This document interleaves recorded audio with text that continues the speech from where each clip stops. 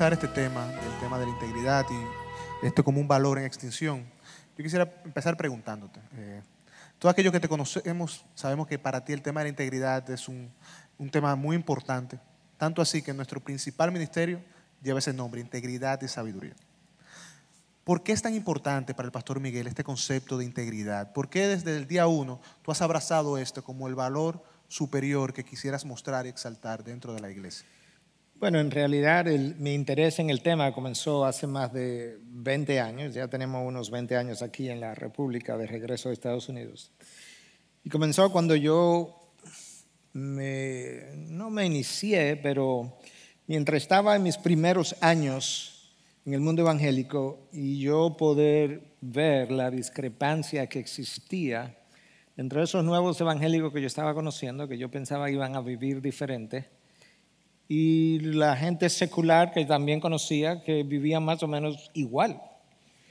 Entonces yo comencé a pensar qué es lo que está pasando, qué es lo que está ocurriendo, y luego ver entonces el poco impacto que los cristianos que así vivían y la iglesia que así se había acostumbrado estaba teniendo cuando la iglesia del primer siglo, con menos de todo lo que tenemos, hizo un impacto extraordinario. Y al final del camino yo creo que es eso, lo que la Biblia llama santificación, pero también habla de integridad, cuando habla de David y otros que vivieron en integridad de corazón. Esa integridad, nota cómo la Biblia lo enfatiza, de corazón, no integridad del obrar. Cualquiera puede aparentar ante otros que estamos caminando o viviendo en integridad. No, es que a nivel de tu corazón, de tu mente, los pensamientos que te llegan, los pensamientos que tú retienes, las tentaciones, las distracciones, que eso pueda ser santificado. Yo leí anoche, todavía está en duda si yo voy a poder predicar por su causa, ¿no? Pero leí anoche sobre la santidad con un ojo, pero leía. Y este autor del pasado definía, me encantó la definición, me decía que santidad es ser poseído por Dios. Yo dije, wow, eso es, donde Dios te posee, o sea, Dios es tu marca, Dios es tu estándar, Dios es quien tú quieres complacer, Dios es el lente a través del cual tú mira y mide todo lo que haces, todo lo que ves. Dios es la primera persona que te viene a la mente cuando tú quieres mentir, cuando tú quieres hacer algo con el dinero que no debe ser. Dios es la primera persona que está ahí. Con la tentación, lo primero que te viene a la mente es Dios. Wow. Si te quieres llevar algo esta noche, llévate eso. La santidad es ser poseído por Dios. Y pídele a Dios que haga eso en tu vida. Amén. Entonces, bueno, de ahí nace el interés. Y también entendía al mismo tiempo que para ser cristiano y no vivir íntegramente te falta sabiduría, te falta la sabiduría bíblica que te llevaría a vivir en integridad y que te podría permitir ver que si no vives integridad no puede complacer a Dios, puede complacer a los hombres, pero no a Dios. Y que realmente el cristiano necesitaba esos dos elementos. Sabiduría, que viene de la palabra, y la integridad es el fruto de vivir la palabra, de aplicar la palabra. Lamentablemente, mucha gente habla de integridad y dice que la tiene incluso, pero esa integridad en una área o en dos o en tres, eso no es integridad. Puede ser en 9 de 10, eso no es integridad todavía, porque obviamente vamos a fallar, vamos a pecar, claro. Quizás podemos hablar un poquito más de eso, pero tú estás luchando, yo creo que esa es la palabra clave, tú estás luchando por ser íntegro en todas las áreas.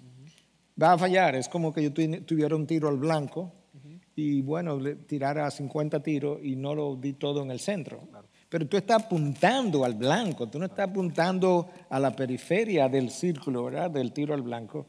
De esa misma manera, la persona íntegra no es una persona sin pecado, porque eso nada más fue Jesucristo. Pero es la persona que está apuntando al blanco, a la diana, como le llaman, de este círculo. Y él falla porque él es falible, pero Dios sabe que tú estás apuntando al blanco. Y entonces en eso consiste la integridad. Entonces, hablando de eso, pudiéramos decir que la integridad no es un valor 100% alcanzable, ¿o sí? Yo creo que en términos de cómo la integridad es, yo creo que es 100% alcanzable. Lo que no es 100% alcanzable es la perfección de la santificación. que eso es otra cosa. Entonces, ¿cuál es la diferencia que yo establezco? Dios sabe de antemano, Dios legisla los 10 mandamientos, Dios legisla todo lo que tenemos en la palabra, pero Él sabe de antemano que no lo vamos a cumplir. Lo que Dios quiere ver es que tú estás tratando, luchando, haciendo tu mejor esfuerzo por cumplirlo, sabiendo que no lo vas a poder hacer.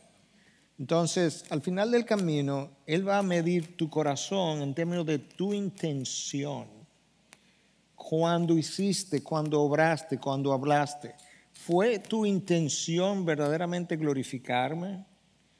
Bueno, era mi intención, pero fallé, me quedé corto. Sí, yo sabía eso. Entonces Él tendrá su forma de medir esas cosas, pero cuando estamos hablando de integridad, no estamos hablando de perfección. Yo creo que eso hay que dejarlo claro. Lo otro es que la integridad, cuando yo peco, no si peco, cuando yo peco, yo lidio con mi pecado íntegramente. Eso es como yo lo defino. En otras palabras, yo voy donde Dios. Y yo no trato de pintarle, como decimos nosotros en República Dominicana, la píldora a Dios. Es decir, tú sabes, Dios, que yo tengo muchas tentaciones y uno como pastor, como médico. Economízate todas esas palabras, que Dios lo único que está diciendo es, tú estás pecando más ahora. Ven donde mí, dime simplemente, pecaste así, pecaste asado, no tuve en cuenta esto, fui orgulloso, fui necio por no escuchar mi consejo, o no escuchar el consejo de un hermano, de un pastor, de un amigo. Y en mi orgullo yo resbalé y yo pequé grandemente. Perdóname y lidia con tu pecado. Lidia con tu pecado. Quizás esta ilustración nos pueda servir. Mi esposa y yo nos fuimos a Canadá en una ocasión. Y resulta que mientras estuvimos en Canadá, a uno de nuestros perros, teníamos 3 perros en esa ocasión, o 2 quizás, 2 dálmatas. Y mi esposa es loca con los perros. Yo a veces la relajo, le digo que ella ama más a los perros que a mí, pero bueno. Entonces, ella no le gusta eso, pero bueno. Entonces resulta que me llaman, no sé, o me llaman o me escriben o me mandan un email, yo no recuerdo bien ahora, de que uno de los perros estaba como grave en el veterinario. Entonces resulta, nosotros ese día íbamos a ir a un paseo en un carrito de eso de perro, trillado por perros. Yo sabía que si yo le decía esa noticia a mi esposa, antes de esa vuelta que íbamos a dar, ella no se iba a montar en ese carro. Y yo quería que ella disfrutara su vuelta en esos perros, ¿verdad? Preciosos, esos huskies. Y yo no se lo dije hasta que terminó y llegamos al hotel otra vez. Pero yo me pasé el día como si yo hubiese cometido adulterio. Porque yo decía, yo tengo una verdad que ella necesita saber y no se la estoy diciendo. Yo tengo una verdad que ella necesita saber y no se lo estoy diciendo. Yo no creo que yo mentí, ni me sentí mal por haber ocultado eso. Estaba protegiéndola. Y Dios sabe eso también, sabe la intencionalidad. Gracias a Dios que ella no me preguntó en el día, y yo me pregunto cómo están los perros, porque ya iba a tener que decirle, de lo contrario. Entonces, a eso es que yo me refiero, donde te mortifica ocultar tu pecado. A la mayoría de nosotros lo que nos mortifica es que otros se enteren de mi pecado. Eso no es integridad, eso no es íntegro. A mí me mortifica el que yo esté ocultando mi pecado. Pero, como tú mencionas, hay casos donde es evidente que hay una falta de integridad. Pero hay puntos que son grises, por así decirlo. Hay puntos que yo no sé si realmente puedo hacerlo, no puedo hacerlo, porque no están establecidos claramente en la Escritura. ¿Cuándo yo sé que mi accionar es una falta de integridad en ese tipo de puntos, en ese tipo de accionar? Pues, por ejemplo, en eso que tú mencionas, el que tú ocultar la verdad a tu esposa, probablemente estaba mal. Y tú sabías y tú lo sentías que realmente estaba mal porque había algo que ella necesitaba saber y tú se lo estabas ocultando. Pero hay casos, situaciones donde muchas veces pensamos, bueno, si no lo hago, no estoy pecando, pero si lo hago, quizás sí estoy pecando. Hay puntos grises. ¿Cómo yo determino eso? Y realmente, ¿hay puntos grises? ¿No hay puntos grises? Que tú puedas responder esas 2 preguntas. Sí, yo creo que hay áreas grises y esas áreas grises son áreas donde la palabra no lo ha definido como blanco y negro. Por ejemplo, Esto es quizá un ejemplo fácil de ver, pero no deja de ser un ejemplo. Hay gente que cree que la educación escolar debe ser en la casa. Y se matan con cualquiera en una discusión porque a los hijos hay que educarlos en la casa. En ningún lugar de la Biblia se habla de que los hijos hay que educarlos escolarmente en la casa. De hecho, hay gente que son completamente incapaces de hacer eso. Sin embargo, hay gente que entienden que no, que los hijos no se deben educar en la casa porque entonces no tienen un ambiente social, no tienen con quién relacionarse. Y todavía mejor, que es lo que yo pienso también. Yo pienso que es bueno que un amigo te ofenda y te dé y tú tengas que perdonarlo y vivir el mundo caído para que tú sepas cómo vivir. Hay gente que se mata por eso. Y hay otra gente incluso que conozco, un líder cristiano que cree no, que sus hijos deben tener una escuela pública porque ese es el mundo caído y la Biblia no nos da especificaciones. Entonces, por ejemplo, eso puede ser un punto gris. ¿Cómo yo sé si pequé o no pequé cuando puse a mi hijo en uno de esos 3 sistemas que acabo de describir? Bueno, la realidad es que ninguno de los 3 sistemas son pecaminosos. Ahora, en cada sistema, cuando yo incurra en pecado, yo tengo que admitir mi pecado y tratar de cambiar. Si yo veo que mi hijo en el colegio, en la escuela pública, está adoptando valores que son más bien antivalores, y yo lo dejo ahí, yo estoy pecando. Si en una escuela privada, yo tengo a mi hijo en esa escuela privada, porque ahí donde van los riquitos y yo soy rico, ahí estoy pecando en ese caso. Cuando una gente tiene a sus hijos y lo está educando en el hogar, y realmente lo está sofocando porque 24 horas al día con mamá y papá es mamá y el papá y el profesor y el consejero y el psicólogo y el todo. Ahí yo estoy llevando al hijo a la ira, estoy irritando, como la palabra me advierte, no provoquéis vuestros hijos a la ira. Ahí yo estoy en un sistema pecando también. Entonces yo creo que en las áreas grises, sigue siendo grises, pero hay forma de pecar en cada una de las áreas grises. Entonces, cuando yo no estoy seguro, yo debo buscar consejería, porque la palabra misma nos dice que en la multitud de consejos hay sabiduría. Entonces, yo creo que hasta cierto punto, yo peco cuando yo no estando seguro de una área gris, elijo mi propio camino, porque la palabra me dice que no descanse en mi propio entendimiento. Entonces, yo creo que he pecado de no hacer uso de uno de los recursos que Dios me ha provisto. ¿Y cuáles son esos? Si soy una persona que pertenezco a una iglesia, ve donde tus pastores, conversa y obtén información.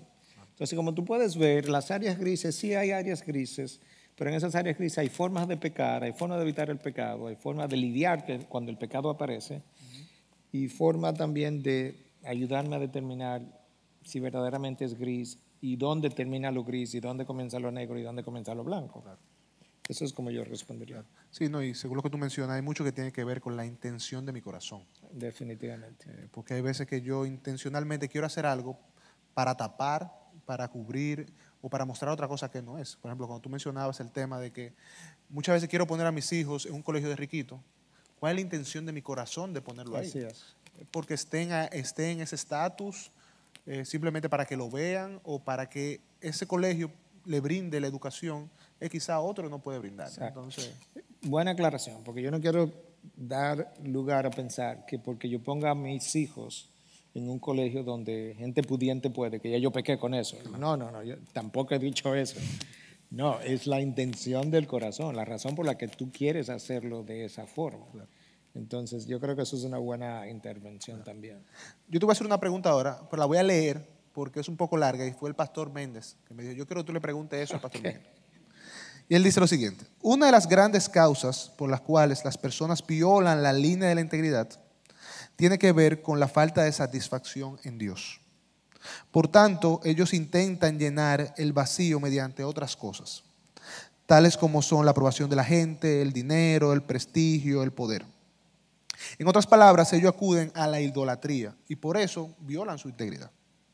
¿Qué relación tiene mi vida de devoción con Dios versus la falta de integridad? Esa pregunta solamente un pastor podría hacerla. Bueno, la relación es estrecha. Realmente, antes de Adán y Eva pecar, ellos vivían en integridad. y Dios era su satisfacción completa. Cuando Adán y Eva pecan y se alejan de Dios, y a partir de ahí, esa primera pareja y todos sus descendientes comienzan a buscar fuera de Dios lo que Adán y Eva antes de pecar encontraban en Dios.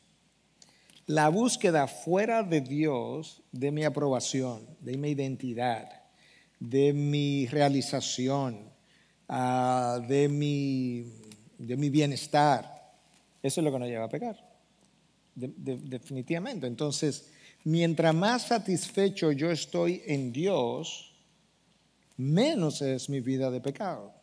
De hecho, porque quiero enlazar 3 conceptos ahí, y recuérdame si se me olvida hablar de idolatría. Cuando yo estoy satisfecho en Dios, o cuando Dios en cada momento de una decisión es mi primer amor, yo no peco.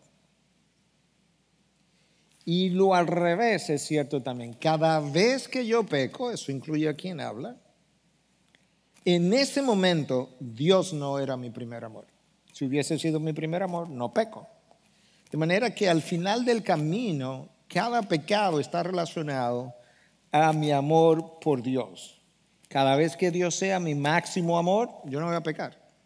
Cada vez que Dios no sea mi primer amor, yo voy a pecar. Eso puede ser en un momento de una mala decisión, sí, pero en ese momento, si hubiese amado a Dios más que eso que hiciste, no lo hubiera hecho. Cuando Dios no es mi primer amor, ¿qué es lo que yo hago entonces? Yo creo ídolos. Y entonces yo ahora tengo esto que puede ser desde algo material, desde un carro, que ocupa mi mente primero que Dios, que es lo que yo más añoro, lo que más anhelo. Y entonces definitivamente que hay un elemento idolátrico en cada pecado, y hay un elemento no solamente idolátrico en cada pecado, pero hay una formación de un ídolo cada vez que yo no amo a Dios de primero.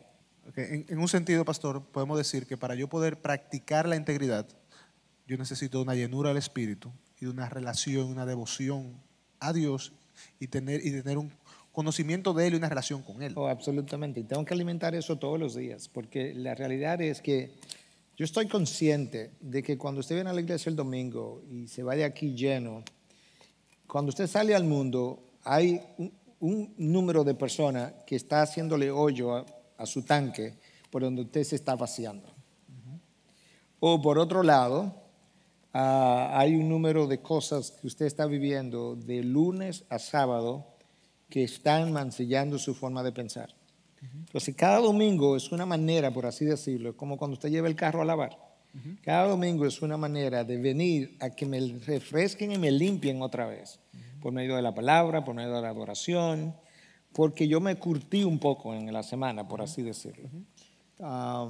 Eso puede sonar un poco hiperbólico y lo entendería, pero eso es lo que ocurre, es que el mundo nos curte continuamente. Claro. Y yo necesito una renovación de mi mente, de mi forma de pensar, de mis valores, y la predicación de la palabra tiene ese poder. Claro, claro. Y en un sentido también nosotros como iglesia tenemos la responsabilidad de apoyarnos unos a otros, a mantenernos en integridad.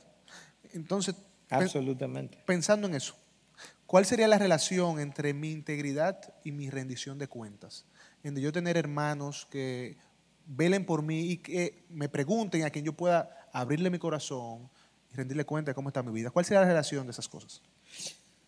Déjame decir algo antes de responder la pregunta directamente. Con relación a que nosotros como iglesia tenemos una responsabilidad el uno con el otro de mantener la integridad. Ese principio está claramente establecido en Mateo 18, cuando se habla de la disciplina de la iglesia. Si tu hermano peca, la Reina Valera dice contra ti, el original no dice contra ti. Si tu hermano peca, ve y repréndelo. Ahí está claramente establecido.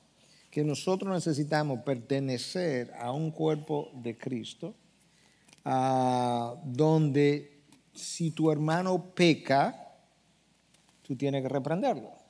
Hace unos días atrás, yo le hablé a alguien acerca de su forma de hablar.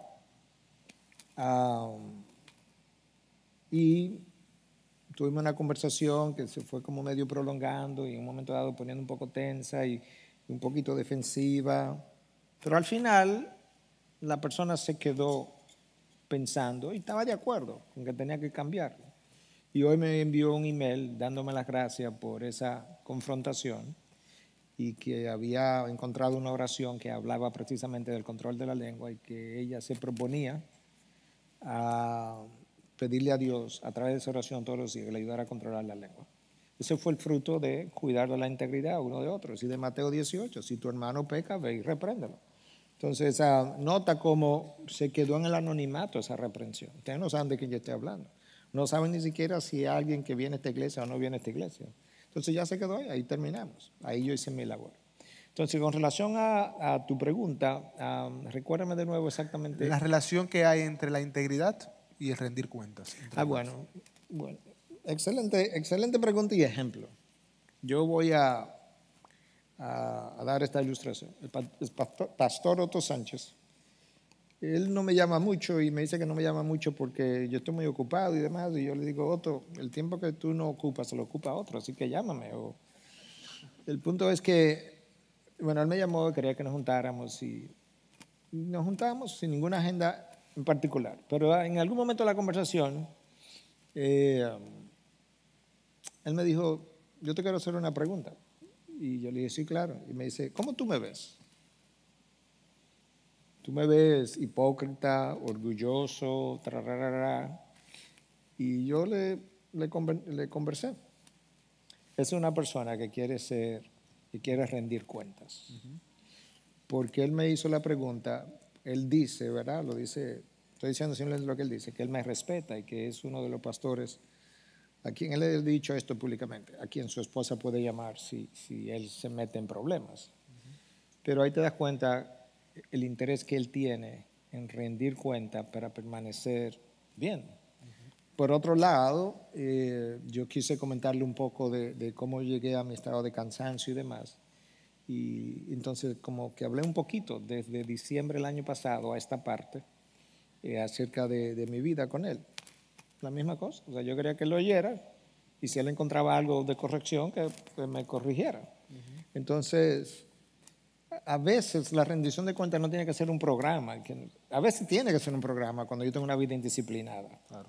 Pero otras veces no es un programa donde yo todos los meses, el primer día del mes, yo me junto con Joan, alguna gente necesita eso. Pero yo creo que nosotros quizás necesitamos algo, cuando digo nosotros, otros pudieran necesitar, bueno, estoy hablando de pastores simplemente, una rendición de cuentas un poco más distendida. Cuando nos vemos, cuando nos juntamos, Jeff Perswell viene ahora por su causa junto con CJ Mahaney y cada vez que él va a estar él vive en Estados Unidos y yo vivo aquí, pero nos juntamos en conferencias y cada vez que él va a estar en una conferencia donde yo voy a estar, él me escribe primero y me pide que saquemos un almuerzo o una cena para nosotros dos nada más. Y la idea es, él me pregunta de la A a la Z y luego yo le pregunto, como de la A a la... No, a la F. No, como hasta la F por ahí, porque él tiene más interés en que yo rinda cuenta que él tiene el interés. No porque no lo tenga, quizás se lo rinda a otro, es que él quiere saber cómo yo estoy, es una persona que me ama. Y me pregunta por Katy, me pregunta por mi relación con Katy, mi relación con mi sobrino que estamos criando. Y tú sabes que yo añoro esos tiempos, porque él es un hombre piadoso, con sabiduría. Dime, y ahora en Juárez, en agosto, nos juntamos. Y él me preguntó y yo le dije. Y entonces él fue uno de los primeros que me dijo, tú tienes que cancelar todos esos viajes que te quedan por delante. Y habían 10 viajes y yo cancelé 9. O sea, no puede ser necio, tiene que escuchar consejo. Claro.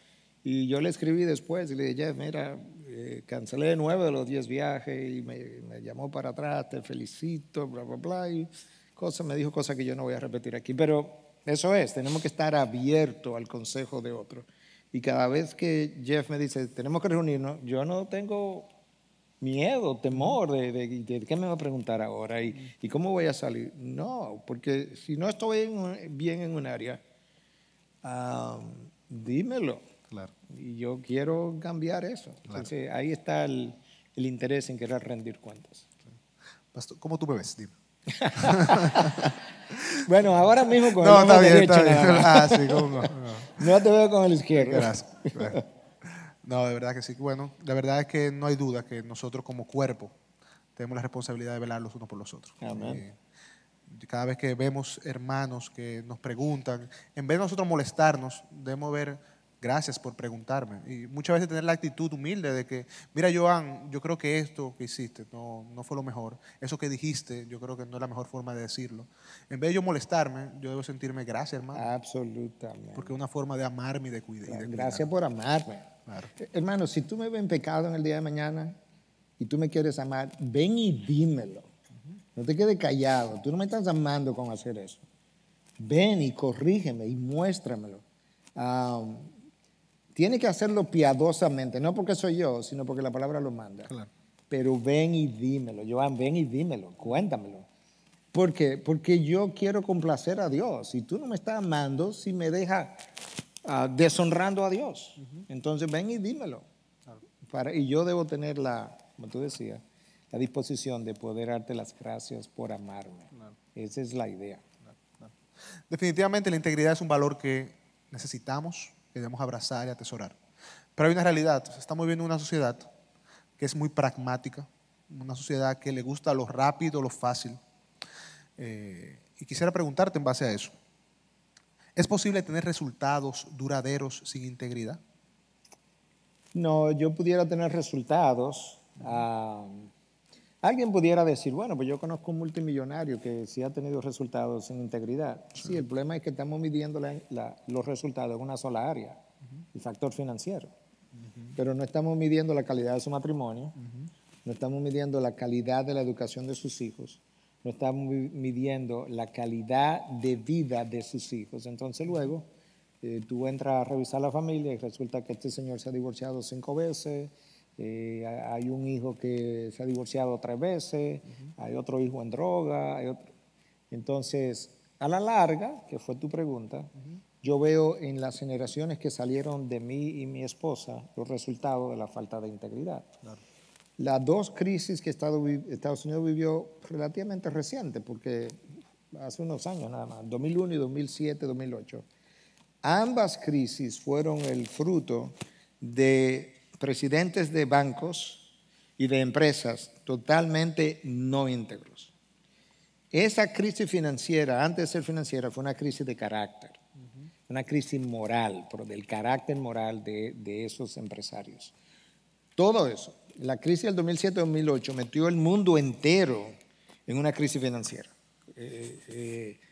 Similar, no tan igual, pero similar. La gente no se percató porque los países de nosotros que tenemos economías pequeñas y estamos desconectados de las grandes economías en cierta medida, no lo sentimos tanto. Pero Estados Unidos, el dólar se devaluó y el mercado de valores se fue al piso. Y bueno, esa crisis fue precipitada única y exclusivamente por falta de carácter de los directores de grandes compañías, una de las cuales llegó a perder 700 y pico de billones de dólares. Wow.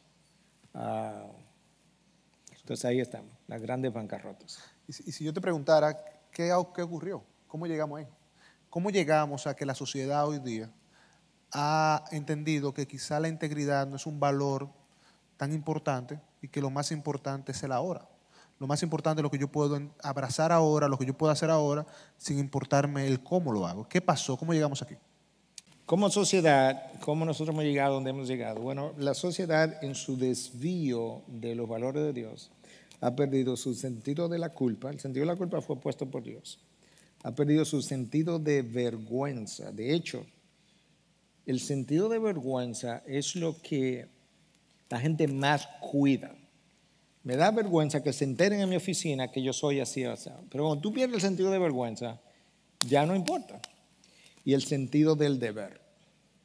La pérdida de esos 3 sentidos en la sociedad ha hecho que la sociedad se descarríe completamente. Porque si nada me da culpa, si nada me da vergüenza, y si yo no me siento que eso es un sentido del deber, yo no tengo deber con nadie, yo vivo para mí, entonces ya yo comienzo a hacer y a vivir como yo quiero. Entonces, esa es otra manera de verlo. Esos 3 conceptos como sociedad y de manera individual Eso es, tú bajas un peldaño y bajas el otro y bajas el otro y cada vez que comete un pecado se me hace más fácil volver a pecar la segunda vez o un poquito más grande. Y lo hago paulatinamente y al final no me di cuenta cuánto yo me he alejado del centro, que es la palabra de Dios o los valores de Dios. Sí, y en un sentido, como mencionan, la gente no cae de golpe. No, No, nadie. no fue que cayó de aquí, me tiré hacia abajo. No. No, David hizo lo que hizo con Betsabé, pero David no llegó ahí, David no estaba viviendo aquí arriba y de repente amaneció allá abajo. no. No, Dios le dijo a David que no tuviera mujeres, ¿verdad? Y tú le puedes contar a David entre concubinas y esposas 20. Sí, Por un lado, y Dios le dijo a David que no tuviera muchos caballos, o le dijo a los reyes que no acumularan muchos caballos, porque su confianza no estaba en el poderío del ejército que claro. tuviera. Y que tampoco contara número de soldados, ni mucho menos. David hizo un censo en una ocasión para ver cómo estaban sus fuerzas. Eso muestra que David se estaba descarriando. Entonces, cuando él ve a Betsabé, se le hizo más fácil mandarla a buscar a pesar de que él sabía que era una mujer casada, número uno. Número dos, David había matado mucha gente en guerra. Se le hizo más fácil matar a Uribe. Urias. Urias. Urias, perdón, gracias. A Uribe. No. Uribe Y no. no en República Dominicana. Ese nombre. Claro, claro. A Urias, porque, y tú sabes que cuando él quiso construir el templo, Dios le dijo, tú has derramado demasiado sangre. Dios no le dijo, derramaste la sangre de un hombre inocente, que sería Urias. No, él no dijo eso, tú has derramado demasiado sangre. En otras palabras, hay gente que tú has mandado a matar o ha matado en guerra, que tú no tenías que matarlo. Ahí tú puedes ver. Entonces, lamentablemente, David no terminó tan bien, terminó soso. Y la manera como nosotros, una manera, porque no es lo único, una manera que nos ayuda es querer terminar bien. No simplemente correr bien 100 metros o un maratón. No, no, no, no. Yo quiero terminar bien. Hasta que yo esté viviendo, yo quiero terminar bien. Si tú tienes eso como un valor, bueno, no hay garantía de que eso solo me va a preservar, porque ya eso sería como confiar en mí mismo. No, confiando en el Espíritu, querer terminar bien, para la gloria de Dios. Sí, amén, amén. Que así sea, que el Señor nos ayude a terminar bien. Amén. La verdad que sí.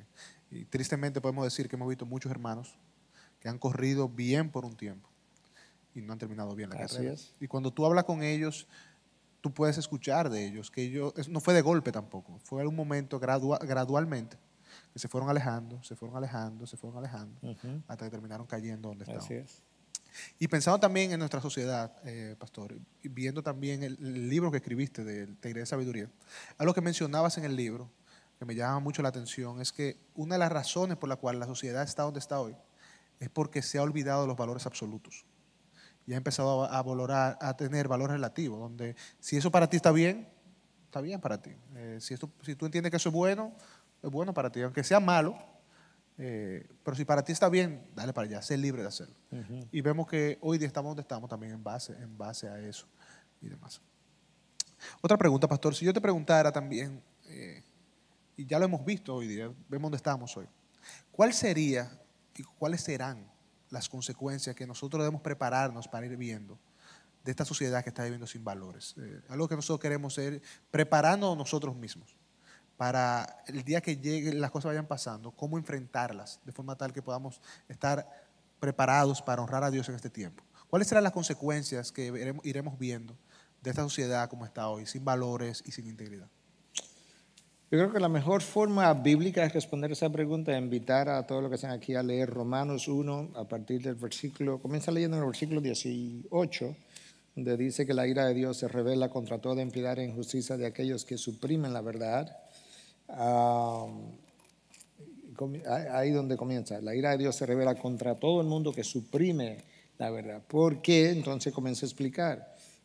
Su divino poder y divinidad se han visto claramente demostrados desde antes de la fundación del mundo, o desde la fundación del mundo, no desde antes, desde la fundación del mundo, siendo demostrado en la creación.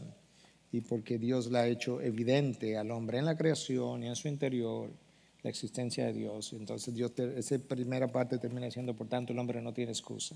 Entonces, siendo sabios, se volvieron necios y su corazón terminó adorando a la criatura en vez del Creador. De ahí en adelante, siglo 22, yo creo 23 en adelante, hay una lista de pecados que si tú lo lees lentamente hasta llegar al versículo 35, 32, 33, que creo que es el final del capítulo, es escalofriante. Esa lista que está ahí, eso es lo que nosotros estamos viviendo hoy. De manera que Romanos 1 es una profecía de lo que le ocurre a una sociedad que se descarría y quiere vivir sin Dios.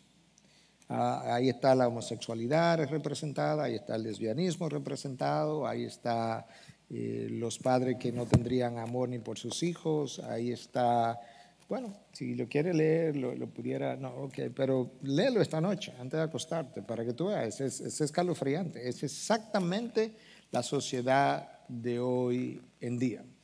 El amor de muchos se enfriará, eso es lo que estamos viviendo. Ahí es donde estamos, lamentablemente. Tú no puedes, esta es la única generación que ha pensado que se puede levantar sin valores absolutos. Yo no estoy diciendo que generaciones anteriores, aún en la China y en la India, creían en los valores absolutos de la Biblia. Eso no es lo que estoy diciendo. Lo que estoy diciendo es que todas las sociedades anteriores creían en valores absolutos de algún tipo. Y por tanto habían límites que esos valores absolutos establecían. Muchos de esos valores absolutos coincidían con los nuestros simplemente porque Dios puso la ley de Dios en el corazón del hombre. Pero esta generación de ahora es la única generación en la historia que cree que puede levantarse y sostenerse sin valores. Es como decir, yo puedo levantar un edificio sin zapata.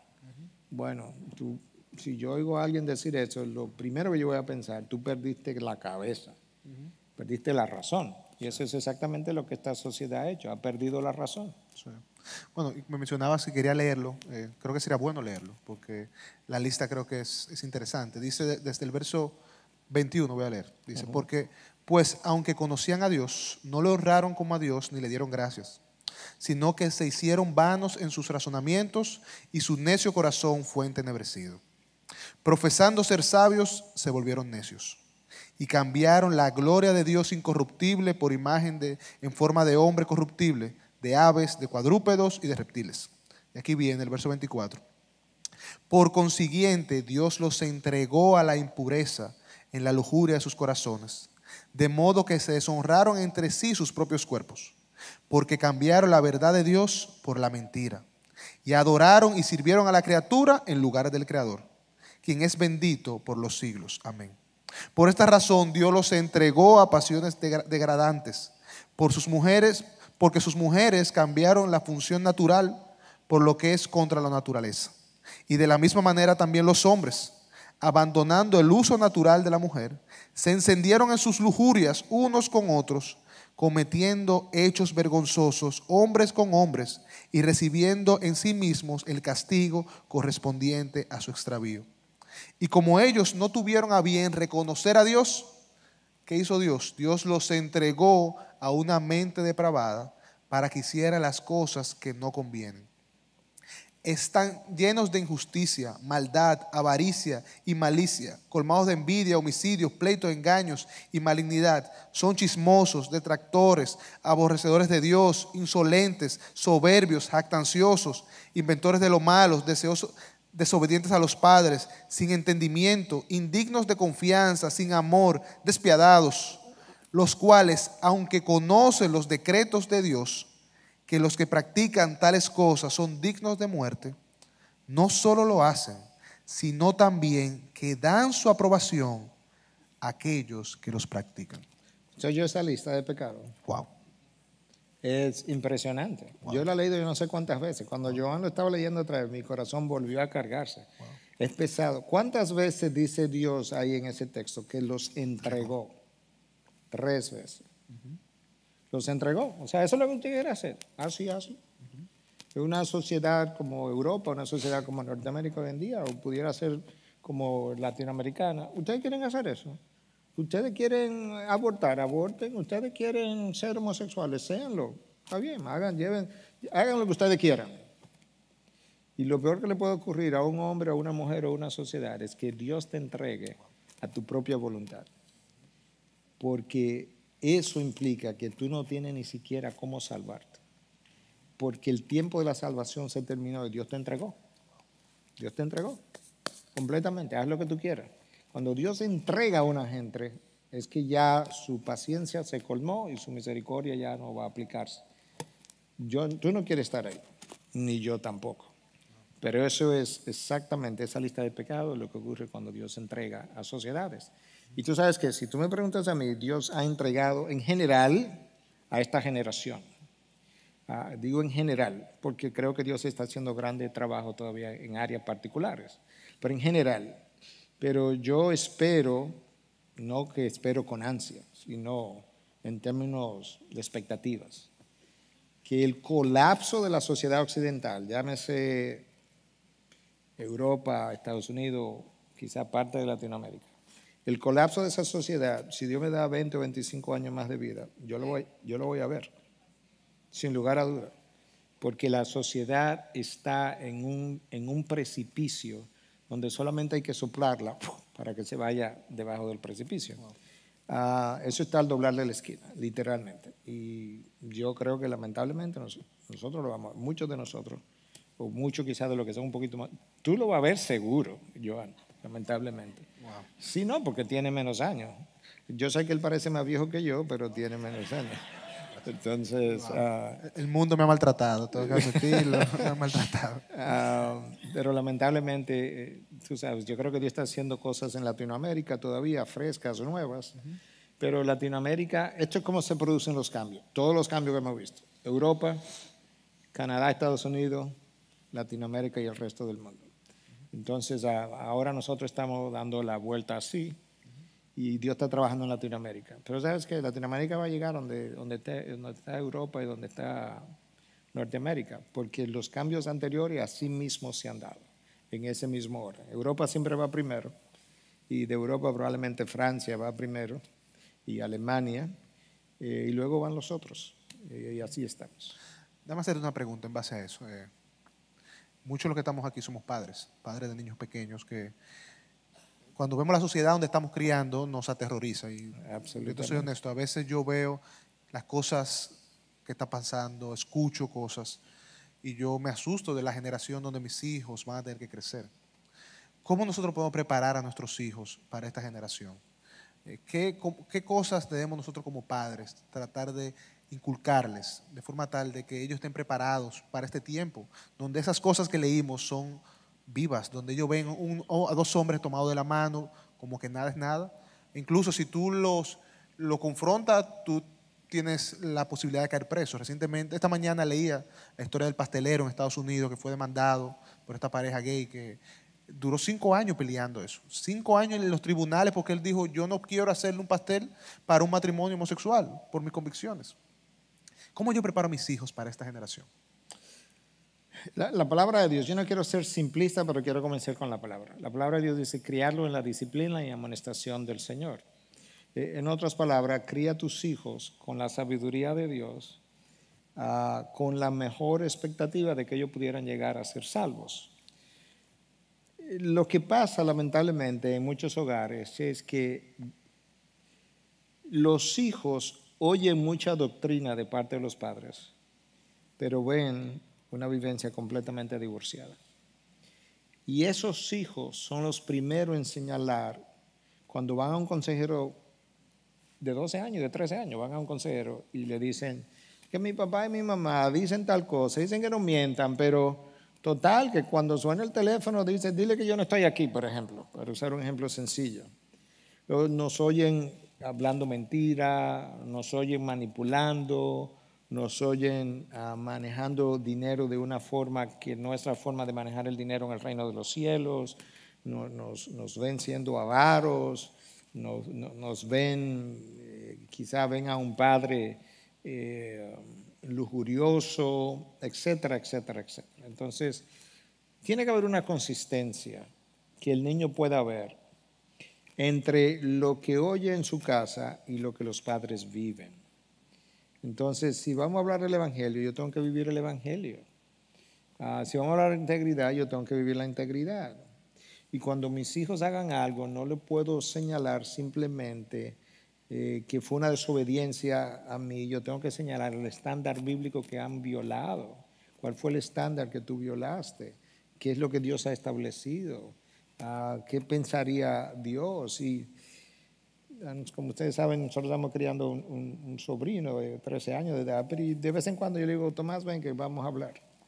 Tomás nunca ha escuchado un boche de parte mía, porque yo creo firmemente que los boches no cambian el corazón ni la mente de ningún ser humano. El niño necesita instrucción y consecuencias. Eso es lo que Dios nos ha dado. Esa es mi conclusión de estudiar la Biblia. Dios me instruye y cuando yo violo la instrucción de la Biblia, me aplica consecuencias. Eso es lo que un niño necesita. Instrúyelo. Él no sabe. Cuando Cristo dice, pero Padre, perdónalo porque ellos no saben lo que hacen. Menos saben los niños. Si supieran lo que hacen y sus consecuencias e implicaciones, no la hicieran. Entonces, instruye al niño. Conforme primero, enséñale primero qué cosa él violó en términos corrientes, común y corriente pragmáticos. Luego enséñale qué valor bíblico él violó, cómo Dios ve eso, cómo Dios le llama a eso. Y luego concluye, yo no estoy tratando de darme palmada en la espalda, pero esta era la manera como mi padre concluía, muchas veces. Y es la manera como Tomás me oye concluir. ¿Alguna vez tú me has visto subir la voz a Katy, a la abuela, que es mi hermana, a la muchacha del servicio, o a ti mismo? ¿Alguna vez tú me has visto subirte la voz? No. ¿Alguna vez tú me has visto faltarte el respeto a ti mismo? No. ¿Alguna vez tú me has visto? No. Entonces, ¿por qué tú crees que teniendo 13 años tienes ese derecho? O sea, tú tienes que ser el estándar por el cual el niño pueda medir. La palabra es el estándar, pero me refiero en términos humanos. Tú tienes que ser el estándar por medio del cual el niño pueda medir cómo es que se comporta una gente en una casa.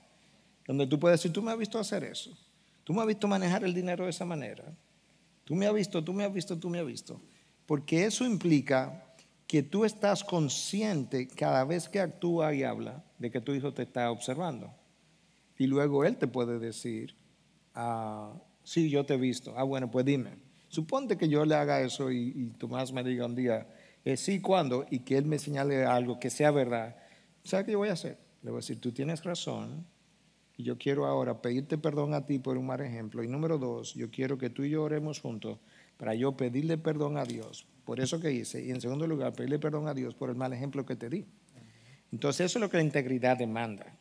O sea, yo no soy perfecto. Puede ser que eso pueda ocurrir. Pero la integridad demanda que tú lo admitas, pida perdón, le pida perdón a Dios y entonces tú puedas restituir lo que tú habías dañado. Amén. Entonces, padres, nosotros no podemos criar hijos cristianos si nosotros no vivimos el cristianismo. No hay manera, porque yo creo más lo que veo que lo que oigo. Así es. Amén. Lamentablemente. Finalmente, nuestra responsabilidad como iglesia en este tiempo sin valores. Nuestra responsabilidad como iglesia, no solamente como IBI, sino como cada uno de los miembros de la iglesia, cada uno de los que estamos aquí. ¿Cuál es mi responsabilidad con esta sociedad que está viviendo sin valores, donde la integridad es un valor en extinción? Bueno, nuestra responsabilidad primaria antes de llegar a la sociedad es con la iglesia. Obviamente, entonces, la iglesia tiene una responsabilidad de brillar como luminarios en medio de una sociedad perversa y torcida. Entonces, la iglesia tiene que tener clara que su responsabilidad primaria es limpiar sus miembros. O sea, la iglesia no puede iniciar un incendio en la sociedad, incendio espiritual de la palabra, avivamiento, si la iglesia no tiene fuego. Entonces, la iglesia necesita arder en llama, espiritualmente hablando, para que cuando salga afuera pueda, por donde pasa, pegarse a algo, por así lo estoy ilustrando, y que eso entonces tome el fuego que vio en este miembro, en este miembro, en este miembro, en este miembro. Entonces, nuestra responsabilidad como iglesia, en primer lugar, es que cada vez que nos reunamos tenemos que levantar la palabra como el estándar. Nuestra responsabilidad como la iglesia, como hoy en la noche, es hablar de lo que implica vivir en integridad. Hablar de lo que implica esa integridad y o santidad, que estamos hablando básicamente de la misma cosa. De ver el rol que tiene el Espíritu Santo en santificarte. De ver el rol que tienen los padres en criar a sus hijos de una manera que terminen ellos creyendo la verdad.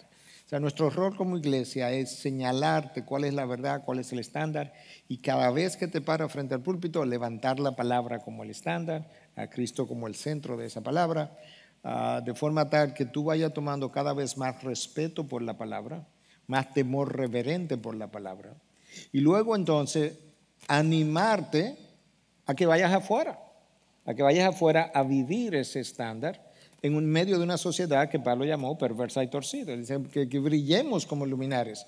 Entonces no nos podemos quedar aquí como un gueto entre cuatro paredes, porque aquí estamos tan bien y aquí no amamos uno a los otros, mientras la sociedad arde en pecado, por así decirlo. Entonces yo creo que esa es nuestra responsabilidad, que el miembro de una iglesia entienda, él tiene que salir allá afuera a vivir su fe para que otros puedan conocer a Cristo.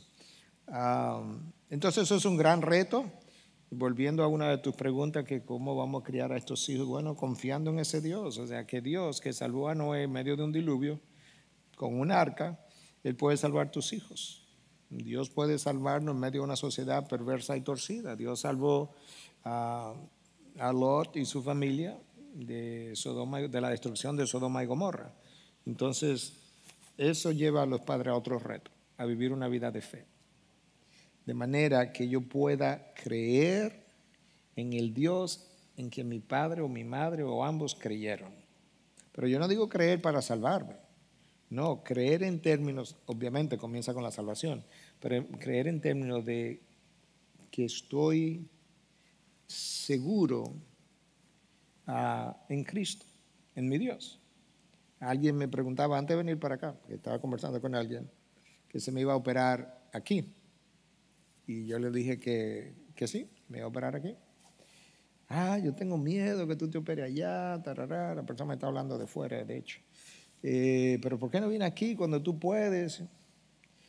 Bueno, porque el retinólogo que estoy visitando tiene muy buena reputación, número uno. Número dos, como tiene buena reputación, yo sé que no es un zapatero. Y número tres, porque al final del camino el resultado ni siquiera depende de él en cierta manera, depende de mi Dios. Entonces yo estoy confiando en mi Dios para los resultados. Entonces si el resultado sale mal y alguien me dice, te lo dije que te fuera para afuera, mi respuesta va a ser, Dios en su soberanía permitió que yo lo hiciera aquí, justamente para que esto pasara, para que yo siguiera confiando en Él de otra manera. Porque Dios es soberano, señores. O sea, Dios sabe que yo puedo salir. Dios sabe, o sea, hace 5 meses incluso fui y visité a un retinólogo fuera del país, justamente para tener a alguien de referencia donde yo pueda ir, el día que yo quiera ir, y yo pudiera irme. Sí, pero que yo no me voy con temor de lo que me pueda pasar aquí. Yo tengo que orar y yo tengo que esperar que Dios me dirija. Entonces yo entiendo que Dios me está dirigiendo, que me opere aquí. Ya veremos los resultados. Pero sean cuales sean, Dios no se va a sorprender. Dios no va a decir, por operarte en República Dominicana, oye, si yo hubiese sabido eso, no dejo que te opere allá. No, ese no es el Dios que yo conozco. El Dios que yo conozco hubiese puesto una inquietud en mi corazón para que salga, para que no me opere, para que me vaya. Ese es el Dios que yo conozco. Por lo menos el Dios que yo conozco, yo no sé el suyo. Amén. El Dios en el que yo creo. Entonces yo estoy orando, yo voy a estar orando hasta el mismo martes antes de que me operen, por si Dios quiere que cancele y me vaya. Pero si Él no me dirige en otra dirección, aquí será. Amén. Amén. Pastor, gracias. De verdad que ha sido un gran tiempo y es nuestro deseo que el Señor te posea. Amén. Como tú decías al principio, que seamos poseídos por el Señor. Amén. Y que ese impulso que Él nos dará de ser poseído por Él nos ayude a caminar en integridad. Amén. En esta sociedad perversa y torcida. Amén. Y que recordemos que para caminar bien debajo del sol necesitamos de Él. Amén. necesitamos de su llenura, necesitamos de su espíritu para poder hacer todas las cosas, para tomar esas decisiones. Me opero aquí, me opero allá, tener motivaciones reales y con motivaciones correctas, que es honrarlo a Él. Qué bueno que hiciste el énfasis final de cierre de que tengo que confiar en Él para vivir de esa manera. Porque esto no es una cuestión de fuerza de voluntad, esto no es una cuestión de esfuerzos, esto no es una cuestión de límites. Todo eso es importante, pero nada de eso reemplaza en lo más mínimo lo que es la llenura del Espíritu. Yo necesito vivir la llenura del Espíritu para yo poder vivir en integridad. Si el Espíritu no me está llenando, no hay manera que yo pueda vivir en integridad. Porque eso no es una obra del hombre, eso es una obra de Dios. Entonces yo tengo que vivir en comunión con Dios. Cristo lo dijo muy sencillo: permanecer en mí y yo en vosotros. ¿Cómo se vive en integridad? Permanece en Cristo y Él en vosotros. Como la rama en un tronco. O sea, ¿cómo una rama produce mango? ¿Cómo produce mango una rama? Pegado del tronco. Pegado del tronco, claro. Pegando del tronco. O sea, la rama no hace nada. Claro. Absolutamente nada. ¿Sabe qué hace la rama? Que está pegada del tronco. Claro. Y de repente, pegada del tronco, el tronco le va pasando los alimentos que requiere. Oh, mira, tiene flores. Oh, mira, tiene mango. Y ahora tú puedes disfrutar de los frutos. ¿Cómo un cristiano produce fruto? Pegado de Cristo. Pegado de Cristo. Entonces, eso es tu labor, vivir pegado a Cristo. Amén. En inglés hay una palabra que lo traduce un poquito mejor, es abide in Christ, pero es eso, es permanecer en Él. Llévate la idea de la rama y el tronco, pégate ahí, y si tu rama comienza a despegarte, consíguete coquí y pégate otra vez, pero no te despegues del tronco, Amén. porque vas a tener problemas. Así es.